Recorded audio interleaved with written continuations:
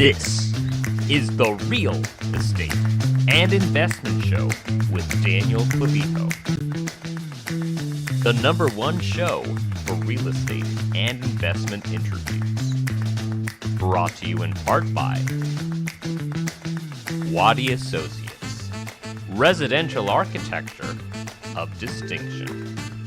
For 50 years, delivering high-quality architectural and interior design services, serving New Canaan, Palm Beach, and beyond. And by RenQuest, specializing in the renovation and restoration of vintage automobiles. RenQuest, it's why we drive. Room. And now, it's time for The Real Estate and Investment Show with Daniel Clavijo. All right, hello, and thank you for tuning into The Real Estate and Investment Show with Daniel Clavijo. I am Daniel Clavijo, coming to you from beautiful, sunny Palm Beach, Florida. What is the Real Estate and Investment Show, and who am I, you may ask? Well, our show wants to focus on the experience of amazing people in real estate and investment space and share their knowledge with you, our wonderful audience. I truly hope that together we spark some ideas and inspiration for you wherever that may be. And who am I? Well, I'm an architect grad from the University of Miami, MBA grad from NYU Stern, and I've been designing homes in Palm Beach and the surrounding areas for over a decade. I now get to share the stories of such talented individuals with you. Questions or suggestions about our show, write to us at info@TheReandishow.com. That also spells out thereandishow.com, the abbreviated form for our show's name. Find us on YouTube, Spotify, and wherever you enjoy your podcasts. We'd appreciate your help. Like, comment, follow, subscribe, and above all, share with your friends and family. It is thanks to you that we will be able to grow and bring you high-quality content and guests in the real estate and investment space. Speaking of which, we have an amazing guest with us today. He is an art gallery owner with nearly 5 decades in the business. From humble beginnings as a Goodyear tire salesman in New Jersey to running art galleries in New York City, Toronto, Paris, and Palm Beach, he's seen and sold it all. He's been a founder of a national bank, a minority owner in a basketball team, a man of many talents. He also hosts a popular segment on Legends Radio 100.3 FM. A great story and joke teller, but above all, ask him, and he will be sure to tell you his passion is educating and teaching others about artists and art. He is the man, the myth, the legend, the one and only Dom Taglialatella. Thank you. That's quite an introduction. Well, I think that we would run out of time if we went through all the introduction, but it's amazing. And thank you, Dom, for joining us. You're welcome. By the way, you have a terrific voice for what we're doing. Thank you. Yes. And that's really appreciated because of a little bit of my radio segments that I do. But maybe Daniel, we can expand a little bit on some of the points you made. Absolutely. So I'm going to tell you that I was born and raised in East Harlem. Yes. My mom was a single-parent immigrant. When I was born, I was only 23 years removed from the soil of Italy. Mm-hmm. And at that time, East Harlem was 100% Italian. I didn't even know a name that ended in a vowel. Right. I was fortunate that in a way that our building was being knocked down on 123rd Street to build the projects in New York City. Mm-hmm. So at 13 or 14, my mom moved us to a little town called Denellen, New Jersey. It was quite a change for me. Everybody looked different. Everybody spoke different. And I had a very distinct New York accent. But thank God, I had the ability to play some basketball, and my high school coach is probably the most influential person in my life. And I think if you ask people, they're going to say 2 most influential people in my life were my grandmother, my mother, or some coach at some time. Yes. So that ability gave me the opportunity to get to Seton Hall University, play some basketball, but got cut immediately. I was 5'8", everybody was 6'8", and but I went on to have to commute, because I didn't have a scholarship, from the town of Denellen to South Orange, New Jersey. I worked part-time in an auto parts store. And when I graduated, I went to work for Goodyear Tire and Rubber Company. And it was a blessing and somewhat an embarrassment. In those days, they had a little bread truck-like thing. You had tires on top, and you had batteries and fan belts in the middle of the truck. Right. So I would go from gas station to gas station and fill the blanks. Mm-hmm. But it was in my hometown area. And being one little bit of a state championship basketball situation and being known in the town, I was going to college. Right. It was quite embarrassing for me to wear this little blue Goodyear outfit, but it paid off. Absolutely. So I went to work for Goodyear, and I quickly got an advancement. And so I had never been out of the state of New York or New Jersey, and I won this contest. There's a TBA, tire, battery, and sale, and accessory sales. And I went to Arizona, to Wigwam. That was one of the perks they gave us.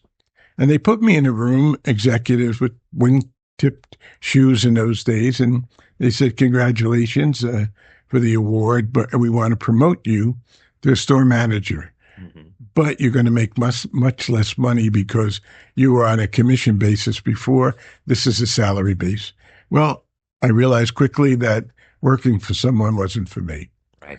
So I opened a tire company selling wholesale only, with the good fortune of being able to get tires directly from a social Holland tire company called Friedestein. And I became their president in New York because we only had 3 types of automobiles that were done then. There was a Volkswagen, a Triumph, and the MG. Everything else was American. For sure. And none of the tire companies would tool up because there wasn't enough volume. Mm-hmm. So I had the good fortune to begin to import those tires, and that grew pretty quick.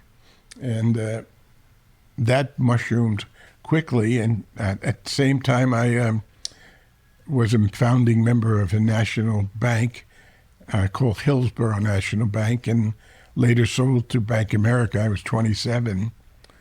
And at 29, because of my love for basketball, I had the ability to be a minority owner of the New Jersey Nets. Mm-hmm.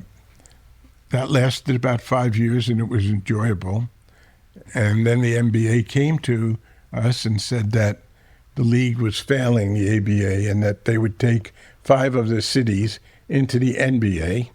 But we had to trade Julius Erving to Philadelphia, and it would cost me $1 million. And at that time, I wasn't able to do that, but my love continued. With all my travels to Europe between the tire companies, Continental and Germany and Pirelli and Italy and Holland with Friedestein, I was amazed at how little I knew about art and how much so many or almost everyone knew something about art. So I got turned a kind of a passion and a business into a passion. Mm-hmm. I started buying more pieces and collecting, and before you knew it, my interest in art was more important to me than the tire business. So I wound up getting rid of the tire business and starting an art gallery. And that started in a little small town called Lambertville, New Jersey. Mm. It's the weekend community for people in New York. It's about 70 miles away. And from there, I took the opportunity to take a space on Madison Avenue in New York. And I, at that time, was specializing in a group called COBRA. That's an acronym for Copenhagen, Brussels, and Amsterdam. Hmm. Being in those countries for so long and having that passion for art while I was in the tire business gave me a lot of experience. And I became a big fish in a little pond. There are 12 or 13 Cobra dealers. They started in 1948 in Paris as a group, and they were there till 51. And they're artists from Denmark, Belgium, and Holland. they were all alive at that time, older than me, but none of them have ever had any experience being in New York City with shows. Right. I was fortunate enough to bring them there. And at that time, also the Warhol craze began. Hmm. So I was fortunate enough to put the entire catalog raisonné of prints on a website. Hmm. And of course, the Warhol Foundation tried to do something about it, but they couldn't. And it wasn't like it is today. The Warhols were reasonable. And then I went into the other pop artists and always keeping Cobra in my heart. Yes. And it grew and went to Paris. So the natural thing was, because I was selling European art, to be in Paris. Hmm. The people around me were always good and great. And from there, we just went to Palm Beach because I had a buddy who was sick down here. And we came down to see him for a week and wound up staying for 2 months. And I fell in love with Palm Beach. And New York is cold. So I wound up working in Palm Beach in the summer, or winter, excuse me, in New York in the spring and in the fall and the summer. And then we had an opportunity to open Toronto with a wonderful partners in a powerful company called Inc. in Canada. And from there, the friendship developed to where they decided and asked me if they would buy me out. Right. That was 5 years ago. And it was okay. It was just before COVID time. And I told my children if they ever saw me in a recliner watching daytime TV to shoot me on the spot.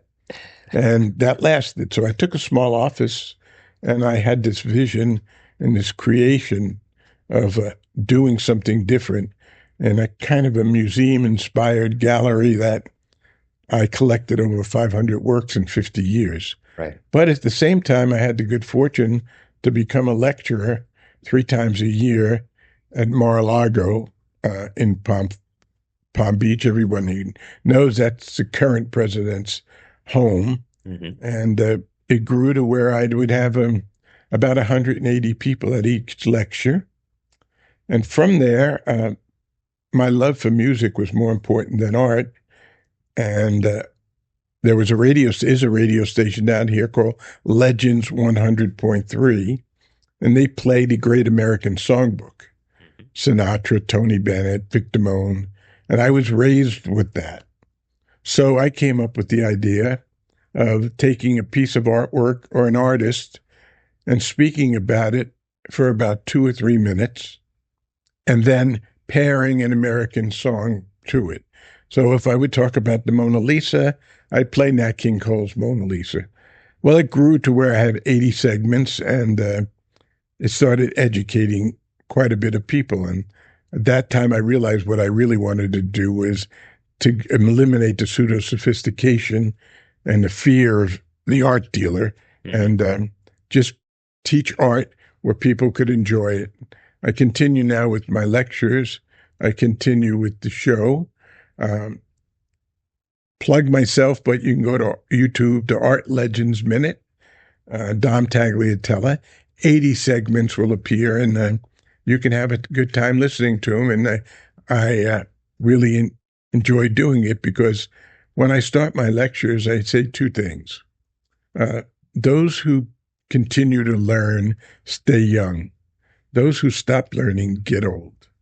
And it's amazing the older population in Palm Beach, how they continue in the Palm Beach area to learn. So that was joyful for me. And the other thing I believe is the 3 greatest gifts you can give someone are the gifts of art, music, and laughter. So I had the ability to combine those 3. Absolutely. While all of this was going on, I decided I'd take a small office in a building. They gave me permission to do whatever I wanted.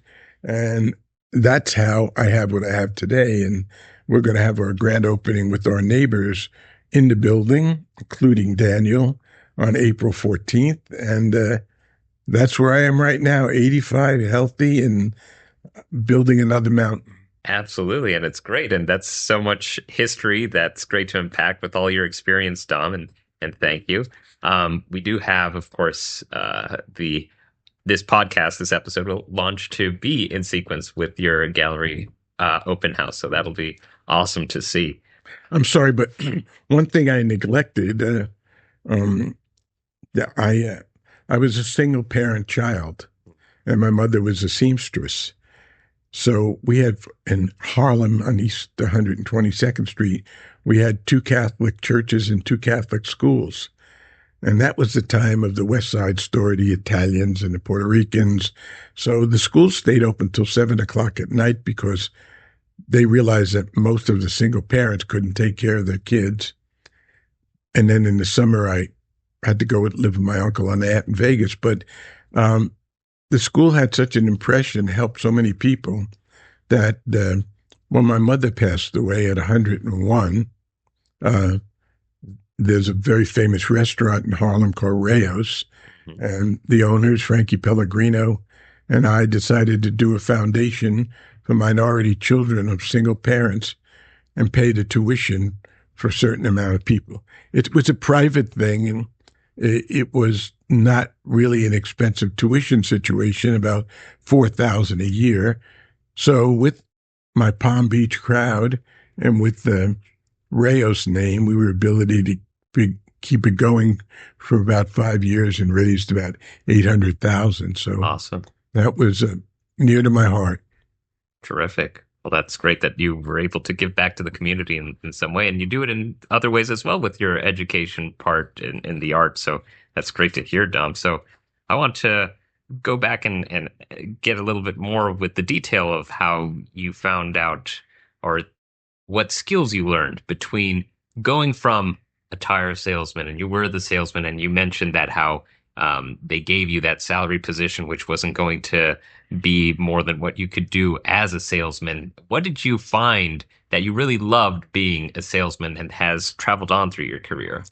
Well, there's a little part in it I neglected. When I decided not to work for Goodyear, in those days there were wholesalers where you'd buy a 5,000 or 2,000 or 10,000 Firestones at a very low price, and then you had the ability to sell it to the smaller Firestone dealers, 50 or 100 tires for a very good price, less than they could buy, let's say, at Firestone. So I wound up with 2 people, and from being a salesman, the necessity for me to train people gave me the feeling about how much I like to educate.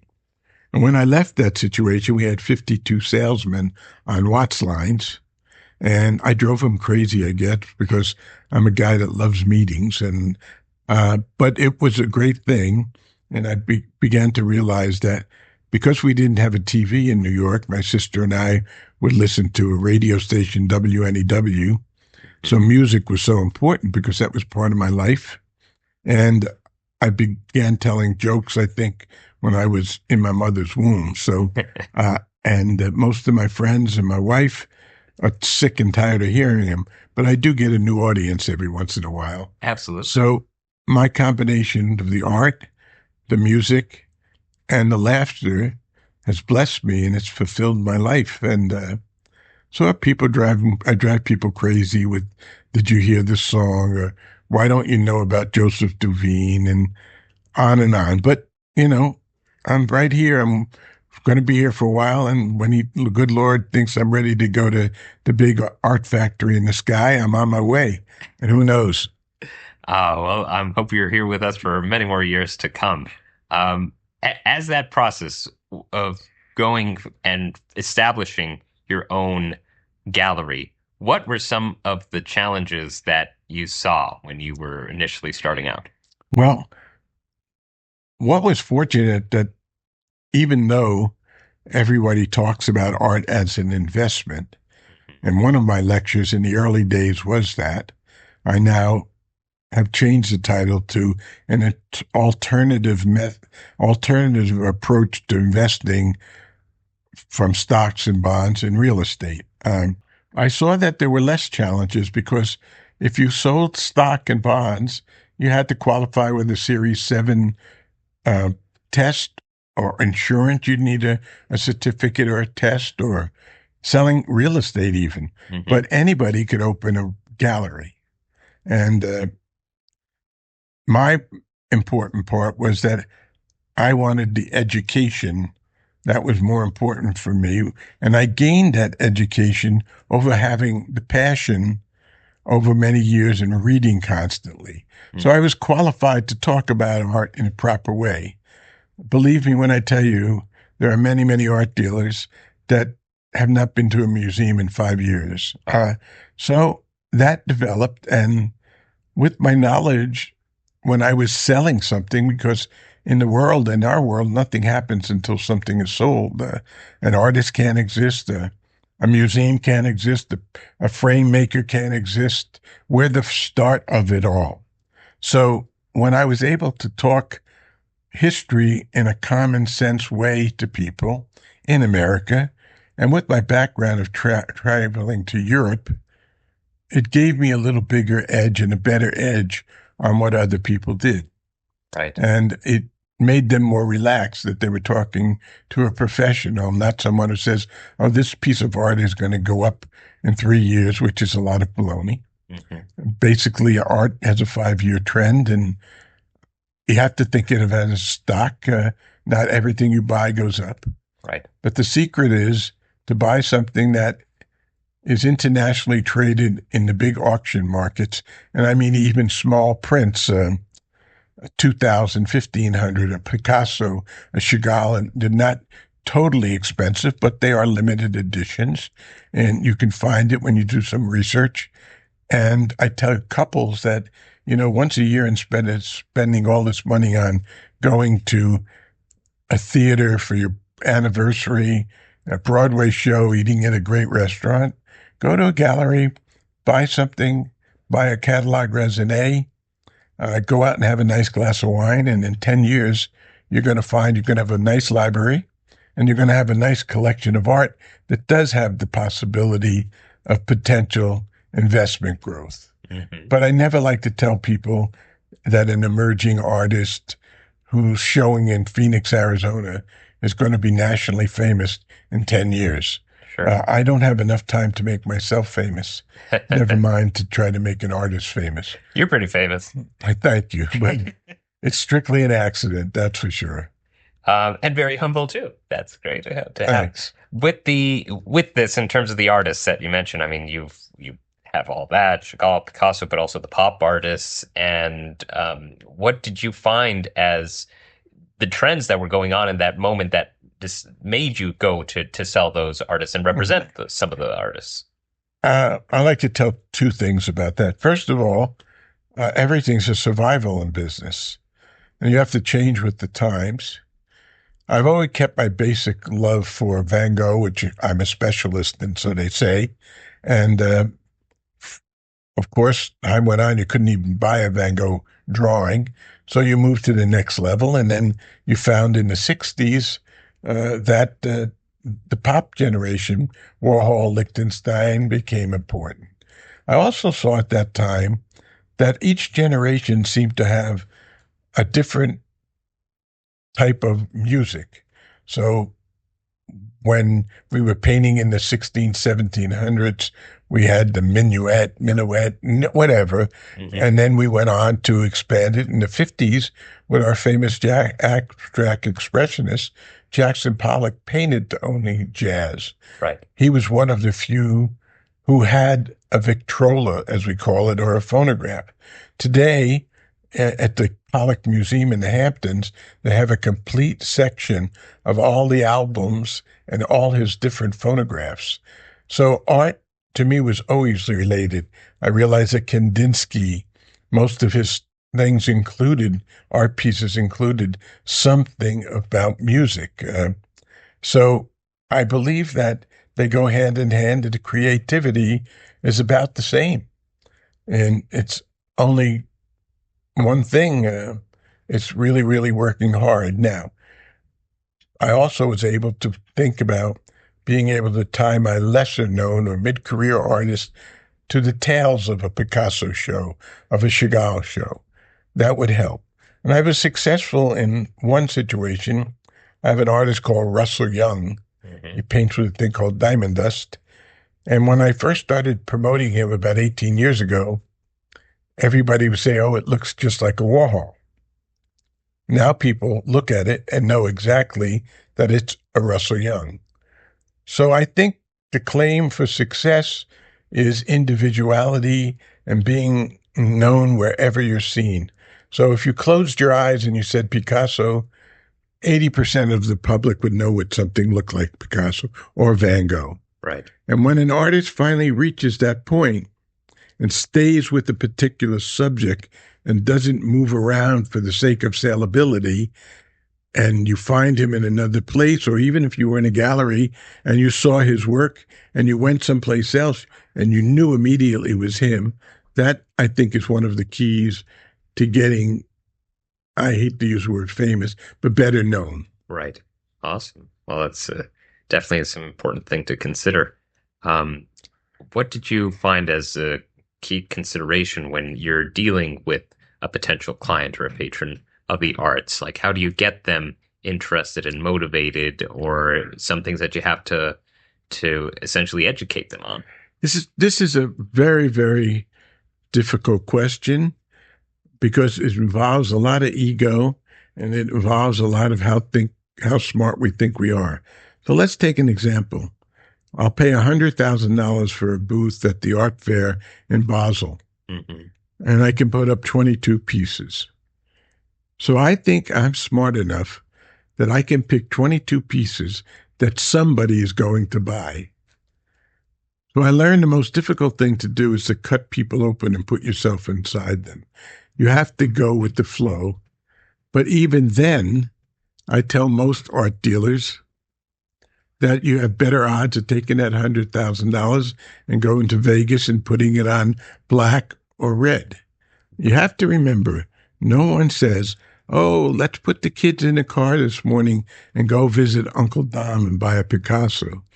It's a rarefied situation. Bringing it down to common sense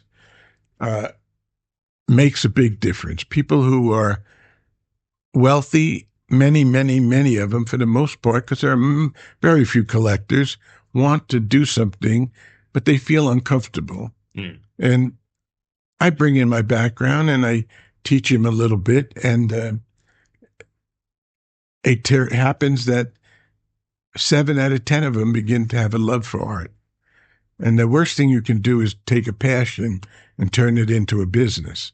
And I did that because in many occasions I have a painting for 5 or 6 or 8 years. And then one day somebody wants to buy it and I sell it and I go home sad. And my wife says, why are you so sad? I said, I guess because I missed the painting already. It's like selling one of my children. But when somebody waves a big check in front of you, you forget about your children. Got to take the money and run. When you've had your galleries as Tagliatella galleries in all these different places, New York and Toronto, Palm Beach and Paris, what were some things that you saw as different in the art markets in each place? Or did you see, more similarities than differences? There were distinct differences, as there was, again, back to music. When I went to Holland, they only played Dutch TV for 5 hours a day. When I went to Germany, it was a different TV. There was an individualization that connected to their past and their history and their background.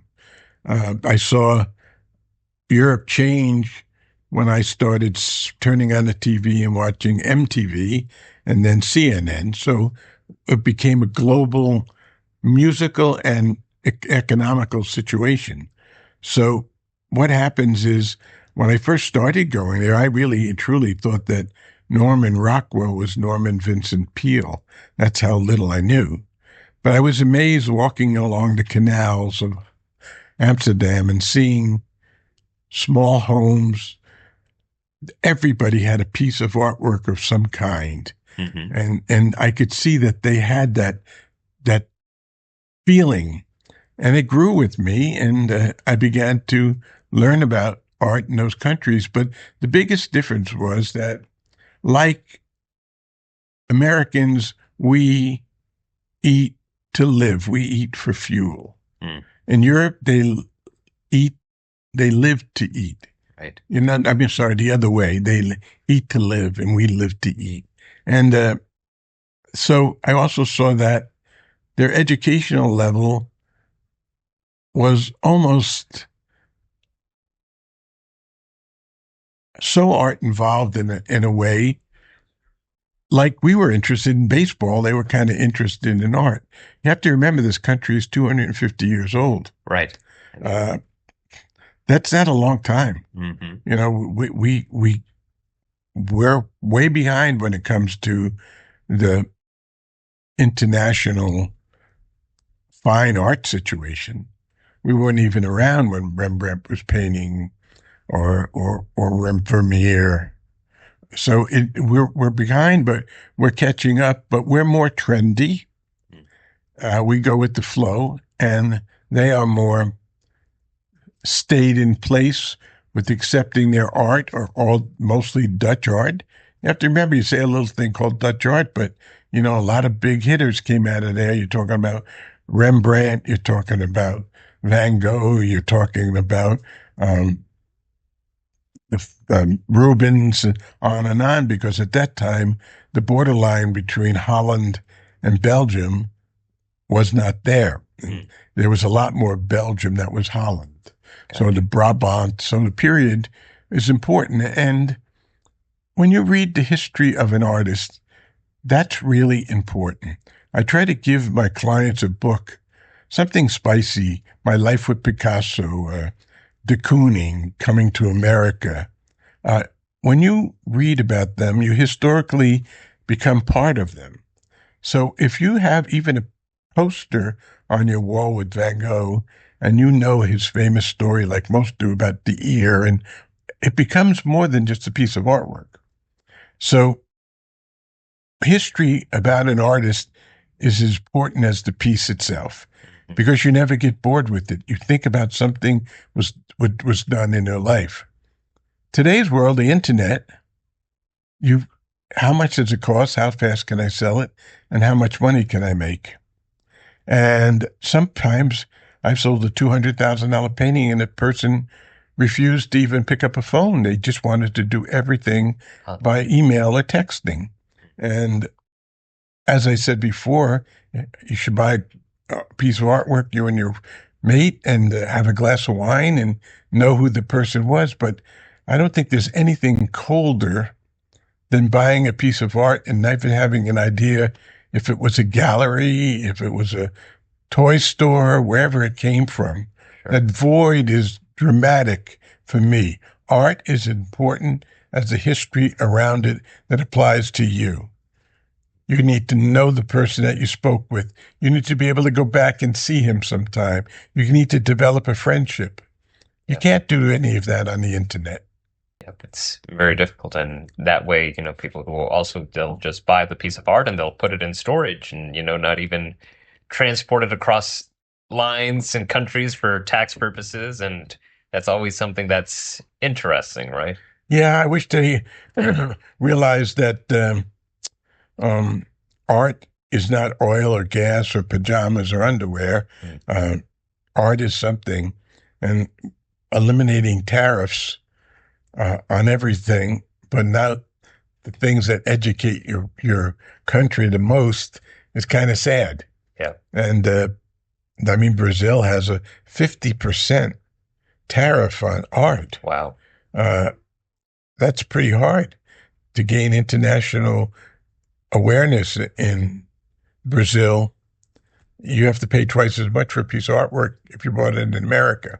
Mm-hmm. We could speak here for hours because that's what I like to do. But I want to tell you a story that when I started teaching a long time ago, I went to 4 different universities, University of Delaware, Rutgers, of course, my alma mater, Seton Hall, and Monmouth College. Yes. And I would teach the graduating class in art history 1 lesson only. And I would start and tell them that there are about 250,000 graduates in art history. but there are about 4,000 jobs. So if your family didn't donate a wing or painting, the odds are you're getting into it. And over 90% of the galleries are mama, papa, their husband and wife. So there's not a lot of ability. Right. And if you're going to do that, you're not going to go to Columbia, South Carolina, because there are no art dealers to work for. Mm-hmm. So you wind up heading to the big cities. Yeah. And I tell them when they come to New York, they have to remember that on their campus at the Smoky Joe's Inn, you pay $8 for a glass of wine. In New York City, you're going to start at 20. Mm-hmm. And also that because there are so many available people to pick from,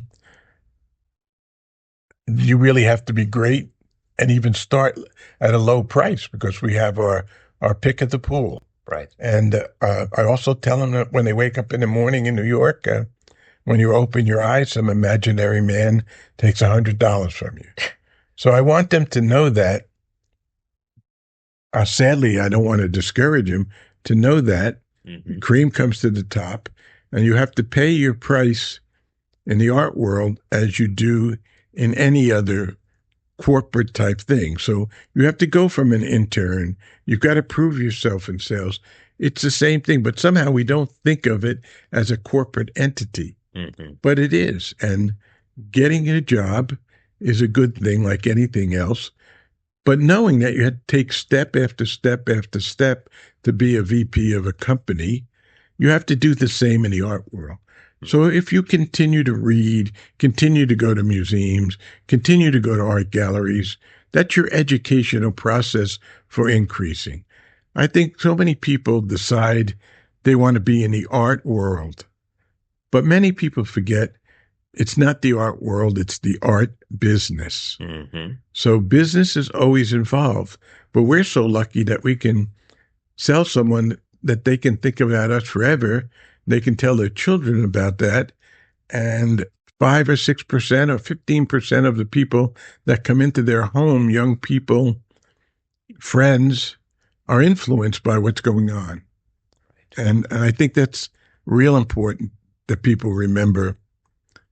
If you like a piece of artwork, get it on your wall, enjoy it, buy a couple of catalogs, learn as much as you can about art. Absolutely. If you're going to buy art to match the couch, then you better learn a lot about the couch salesman. That's very true.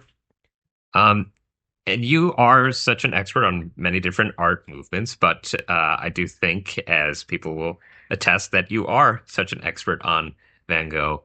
And I'd like to get to know a little bit about what your affiliation and interest in the artist was, as you can give us a little bit of the backstory on your interest in graveyards, which I know has a tie to. Yeah. Well, first of all, people say that I'm an art historian, but I'm really a storyteller of art history. Mm-hmm. I like to amuse the crowd. I like to make it on their level. Of course, my first travels were to Holland. So naturally, it's the Van Gogh or the Rembrandt situation. And I read insatiably about it. And I looked at the different periods, the Brabant period. People remember that he painted the peasants in the fields. It didn't paint them. At that time, he was only drawing. Right. So you develop a particular interest. And I think the reason that I might be a bit interesting is that I know these little facts about artists, and this is enough to make somebody get an interest. For instance, Frida Kahlo, I tell my little 3-minute thing that she had a tragic life. She was married to Diego Rivera, had a terrible bus crash, was in constant pain. She dies at 47. And she is now recognized as a national treasure. Mm-hmm. She only painted 200 paintings in her lifetime. And Mexico consider her an icon. And you can't export or buy any paintings in Mexico to export. Mm-hmm. So these little facts are enough, I hope, to spark someone into looking a little more. So when I give my lectures, I I give them a list about 10 or 12 movies that they should watch. My Life with Picasso, the Van Gogh, the brothers, and just so many more, Modigliani, and they're great movies, and they tell a great history, not only of the artist, the art, but the period of time. So you get yourself a triple situation when you're doing that. So that was a great way for me to understand it. And I figured I wasn't that smart, so people could use my method and really enjoy it. Yes. And your interest with the graveyards that I know you mentioned in one of your lectures. Yeah, a lot of people neglect the idea that people are going to die. Their paintings live on forever, but they do die. And I find that most of the place where famous artists were buried are very, very spiritual and not very loud and selling toys and whatever. So Van Gogh, for instance, died in the town of Auvers, which is only 30 miles from Paris by train. He lived his last 80 days there. And it's almost a monument spiritually of Van Gogh. Every piece, he painted 80 paintings in 78 days. He was buried there, about a mile from where he painted the crows over the wheat field. So if you read about somebody, you become almost himself. And when you go to the graveyard, it's not just seeing it, it's really thinking about what the man did or what the woman did in their life. An interesting thing about Van Gogh, his brother Theo supported him all his life. Van Gogh never sold a painting in his lifetime. And his brother constantly gave him money. And when Van Gogh died, they buried him in Auvers. His brother died, and they buried him in Amsterdam. And 10 years later, they exhumed his brother and put him next to Vincent. And so it's quiet, it's peaceful, and it gives me thought. The famous cemetery in Paris, Chez Le Père, is known for even Jim Morrison being there. Edith Piaf, the singers, Beethoven, almost every major artist you can think of. So it's a trip through the past silently. So it's almost like going to Normandy to see the amount of crosses there and how great the Parisians and the French have treated that. And it's a beautiful place. And I think for the most part, graveyards are well taken care of as a respect to the people who are living there and dead. And it's crazy, but I think it gives you a little bit of time to think and a little spirituality. And it really adds to the total picture of someone that you've admired and read about, and the ending is in a grave and you're there. Totally. It's a connection point that you get, right? And that point of reflection. That's for sure. A lot of what the story with Van Gogh, it also makes me think that it's kind of like a good idea for a musical, like Sondheim's Sunday in the Park with George, right? Well, so many movies have been done about Kirk Douglas's famous, but the best one is the BBC black and white called Vincent and Theo, and you need to take a real cold shower before you watch it. It's a tough one. Yeah. But yes, knowing the artist and knowing whereabouts his life and where he traveled to, many people don't know that. And I have never done a talk on this. I've done his Brabant period when he was a kid. His cousin taught him how to draw. Then the Arles period. The 4 different periods Van Gogh had. But a lot of people don't recognize that as one. And I think when you start looking at artists, you can see that the amount of effort and time they put in. Right. And we only know the bad sides of artists. And Michelangelo, was he gay? Well, no, he wasn't. Was he poor? No, he was like a major corporation when he died. Did he have assistants? Yes. Did he have a woman in his life? Yes. So everything that we hear, these short things about famous artists. So little facts make you want to learn more. For instance, the sculpture of David by Michelangelo. It was marble that they gave him as the state to use that was rejected by many other sculptors. It is so big and so heavy that it took 26 days to move it 1 mile. And it's in the academia now, and Yes. I could go on with story after story, and this is when you become interested in that. I mean, you want to read about Sonny Bono or Cher, that's good too. You want to read about Microsoft and whatever, Bill Gates, they're all great stories. But all of it really came down to the same thing, a work ethic. Yeah. Nobody gets to be famous for their lifetime and for people to know them for many years after, unless they really put that 10,000 hours into their job. Absolutely. And you put so much effort into your jobs as well. When you had that transition and were able to sell your original Tagliatella galleries and then moved on to TFA Fine Art, what's something that stood out to you about that process? Yeah, it's an important process, both for the people who work in that category and the owners. When you have a job, you may have hours. And as you get more powerful in a corporation, you'll have more hours. But the art business isn't a business. It's a way of life. Mm-hmm. It's social.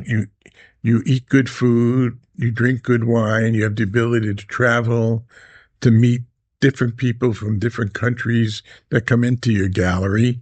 So I tell people it's a way of life. So we don't have a time clock. Socially, the openings happen at night. The museums now have activities at night. It's a 24-hour job. You wake up with it and you fall asleep with it. I'm now in this new vision that I'm building, and I'm not a kid for sure, but I noticed that I'm the only person in this building on Saturday, and I also noticed that I'm probably the only one that's here after 5 o'clock. So it's not a job for me. My wife understands it, thank God, because I work and I start working and I don't realize it's 7:30 at night. Yeah. Because what I'm doing is not a job, it's a passion. Yeah. Every time I do something about an artist, because of my background in learning about them, I feel like they're sitting next to me. Totally.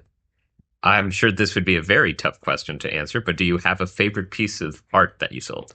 Yeah, let's say which one of your kids do you like the best? Well, I have to say this, that I have 3 questions that I ask people, and they're tough questions. First is, if you were on a desert island and you only could take one painting, what would you take? The second is, and this is much harder than you think, if you were on that same desert island and you only could take 50 songs, what would you take? And the third one is, if you were on a desert island and me liking food so much, what 4 courses would you take? So it's very, very hard. The music, once I have a friend named Steve Tyrell, who's a very well-known singer, pretty famous. And we were driving home from a Grapefruit League game here with the Yankees. And I said, Steve, if you could only take 50 songs on the desert island, what would you take? And he's a Southern boy. And he said, that's easy. I'd just take all my Ray Charles music. And when I thought about that, that would be true. So I think I'd have to take a piece of artwork that had so much history around it that I knew of the individual who painted it that would keep me going. So I guess if would be Picasso, probably more than likely Van Gogh, but there are a lot of other people that I love. It's so hard, but I guess I would probably take Van Gogh's Starry, Starry Night, because Don McLean, who wrote the song, must have really understood Vincent, because when you hear the lyrics, they're powerful. Yeah. And it's a very long song. and the sheet rock, the sheet music is buried in a time capsule under the Van Gogh Museum. So Yes. It's pretty powerful. So I probably would take Starry, Starry Night as the piece. And his night paintings, he only did 12. And one of them, they analyzed at the Astrology Museum or something in Washington, D.C., and found out that the night he painted that painting, the stars were exactly in that position. So it's a lot of interesting things.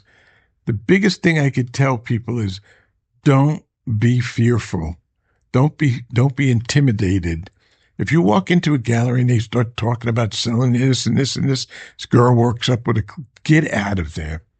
Go to a museum, enjoy the day, or go to a gallery and be able to not be accosted.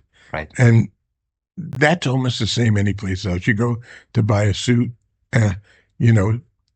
So the other thing I have to say is, I don't know, but for some reason, we're picked on. If you go to buy a nice Brioni suit and $7,000, you don't ask the guy for 20% off. I remember the famous chef, Daniel. I had a $70,000 Warhol, and she said, I'll give you $40,000. And I said, let me ask you, Daniel, when I come into one of your restaurants, 2-star, do I ask for 10% off on the foie gras? Well, why is it only the art industry that people expect to get a discount? You don't go to Macy's, you don't go any place unless it's on sale, but you're not going to say, hey, I want a better price on this pair of shoes. Absolutely. So it's treated as a commodity in some degree, but it's also treated as a game that you play. It's very interesting, and you manage it very, very successfully and very professionally, and that's great to see how you do it. Well, let me say two things, Daniel, before we close off here. Yeah. The secret that I found, and I haven't been able to do it, is if you're a businessman, the secret is if you can run your business rather than have your business run you, it makes life a lot easier. And most of us as business owners can't. And the other thing is that you really have heard this cliche a million times, but you really have to like and love what you do. That comes with enormous amount of different problems. You miss a couple of kids' Little League games. You tell your wife you're coming home 7:00 for dinner. Somebody comes into my gallery interested in buying something. I'm there till 9:30. But I never, ever once thought of it as a job. I thought about it every time I touched a piece of art that somebody would want to buy it, and then I could tell my story. Absolutely. So it's also people return all the time. One of the failures in the art business is you sell somebody something, a piece of artwork, and they become your friend. Yep. And then they assume that you don't sell art anymore, and they buy art from everybody else, but you go out to dinner with them all the time. There you go. Well, we are wrapping up. Here's a question that I ask everybody on the show. To date, what has been your best investment personally and professionally?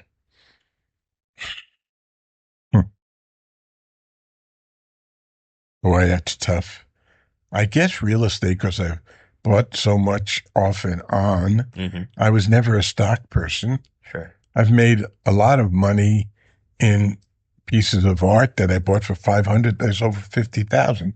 Yeah. But I also have a lot of art that I bought for $50,000 that I can't sell for $5,000. Gotcha. So I would say, through necessity, having to buy real estate, because again, major cities are where art galleries are, art buyers, and the rents are enormous. Yeah. So when you have an opportunity to buy a piece of property, it helps. Yeah. So it also helps for your future financing, because in the art world, you cannot borrow art money at a bank from art because it's portable.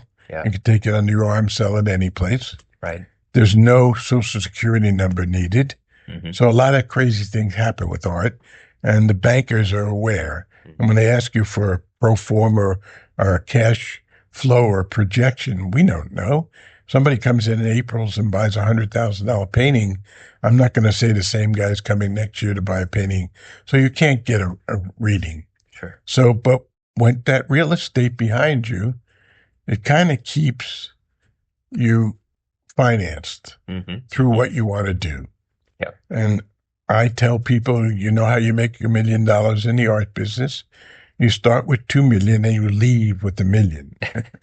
It's very similar to a Richard Branson quote about how to become a millionaire. Begin as a billionaire, then open an airline company. There you go. Well, I've asked you a lot of questions, but now you get to ask yourself one. Do you know how that's going to work? Nope, not yet. You get to pick a question out of a fishbowl.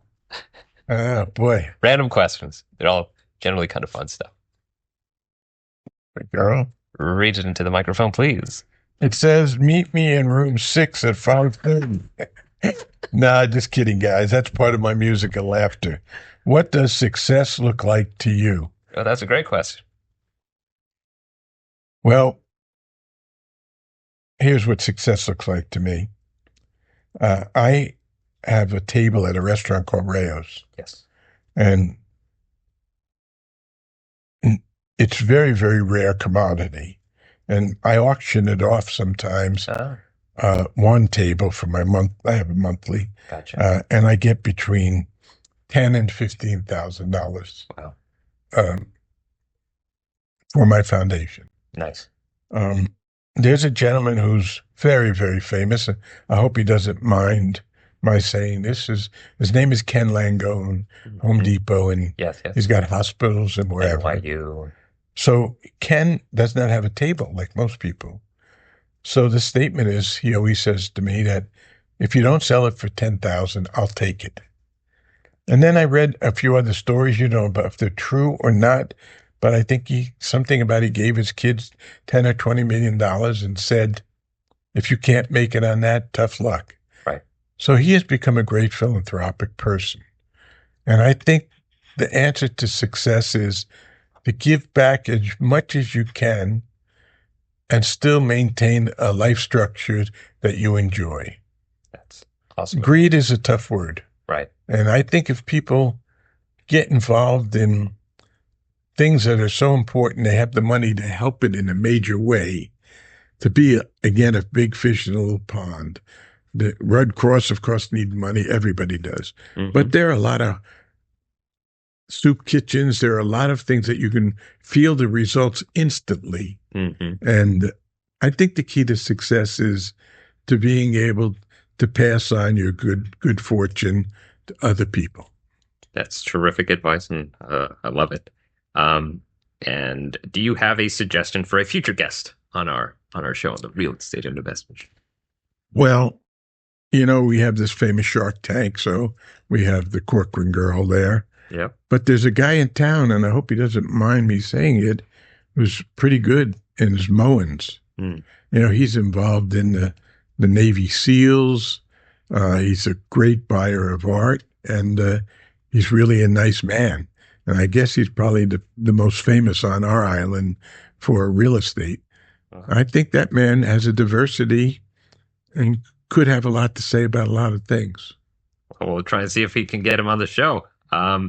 And it is now time for the shameless plug. So what's you're working on right now? You've got your TFA Fine Art. How can people find you? And anything that you want to share with them? Yeah. So finding me was a problem. I was a spoiled brat, and I know nothing about technology. So I always had 4 or 5 people helping me. When I sold all my locations, it was me, and I was in the COVID time, so I really stayed away from the art business for 4 years. And I guess to get it known again, my lectures at Mar-a-Lago make it easy for me because I have a little reputation. And they're great. Thanks. And on the international level, I'm fortunate because I was always a dealer's dealer. So when I got something that applied to Denmark, yep. I had all of those things. So I guess I had a mailing list for 13,000 with my other company, Taglialatella, and I felt that it was my obligation not to pirate them. And also, I am building one now. Yep. And I've got this vision and dream of mine 80-90% completed. Yep. And we're going to have our opening April 14th. Mm-hmm. And by that time, I'll stop building and start selling again. Right. I want to say one more thing. I learned a lesson at my age about 3 months ago. We have a floor that Daniel and I are here, and it's more like a fraternity floor. Dorms. We're talking to each other. We enjoy each other. And you learn from everybody. And it's a friend of mine who's a friend of all of us, and Robert Slater is a CPA. And he said, Dom, let me tell you something. Your problem is you strive for 100% all the time. And he said, what you want to do is realize that 85% of something is 98% of 85%. But Daniel is here and he sees me. I change a wall every day because I'm not happy with what's on the wall. And I don't know if I'm going to be able to change, but I think that's the key. Right. Try to get your business to run itself, not run you. Right. And find people like Daniel and add them to your life. And it's never too late to get new friends. In my ability in the art world, that's very easy to do. And add Dom to your list of friends because he's great, and they can reach out to you by appointment to come visit the gallery. Yes, it's by appointment only because I get up late now, and the variance here is no retail, which we don't do, but you can come by appointment. Now we're going to get very aggressive with our marketing so people know I'm back in the game. I have Mar-a-Lago that gives me a big plug every 3 months for my lectures. I had the local newspaper write it. So my situation is I've got to get people to know I'm back in the game.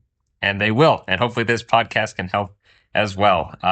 And can we have one of your famous jokes? Yes, one of my famous jokes. Okay. This is tough because most of them are not clean. But boy, that's well, you imagine stumping me on a joke that I could tell that's universal. Wow. So anyway, this art dealer dies and he goes to heaven. And St. Peter says, welcome, we've been waiting for you. And it said, we're going to take you to your room. And they're walking down a hallway, and he looks on the left, and there's a pope with the basic wash bucket and just a small iron bed, and he's shaking, what's going on? And across the hall is a cardinal. 2 up is a saint, 2 more popes. They finally get to his room, and there's this lavish room with a jacuzzi, a 70-inch TV, and he looks at him and says, St. Peter, I don't understand this. We've passed many popes, cardinals, saints, and they have these small basic rooms. Why do I get this lavish room? He said, well, we have a lot of popes up here, but you're the first art dealer. Oh, well, that's a good one. And we know we'll see Dom up there soon. Yeah. And one of these days he'll have that lavish room as well. Well, I'm going to try something. One of these days when Daniel gets going with this thing, I'm going to interview him. Oh, and let's hear what he has to say. Oh, we'll see. I asked the questions right here, but we can definitely try that. All right, Dom, thank you so much. I want to thank you so much for your time, Dom, and being such a wonderful guest. And give you another round of applause. Thank you. Thank you for sharing your journey, your experience, and being such a wonderful guest. And thank you so much for being here with us. Join me again next time with another amazing interview on the Real Estate and Investment Show with Daniel Clavijo. I'm Daniel Clavijo. Till then, stay awesome, everyone, and God bless America.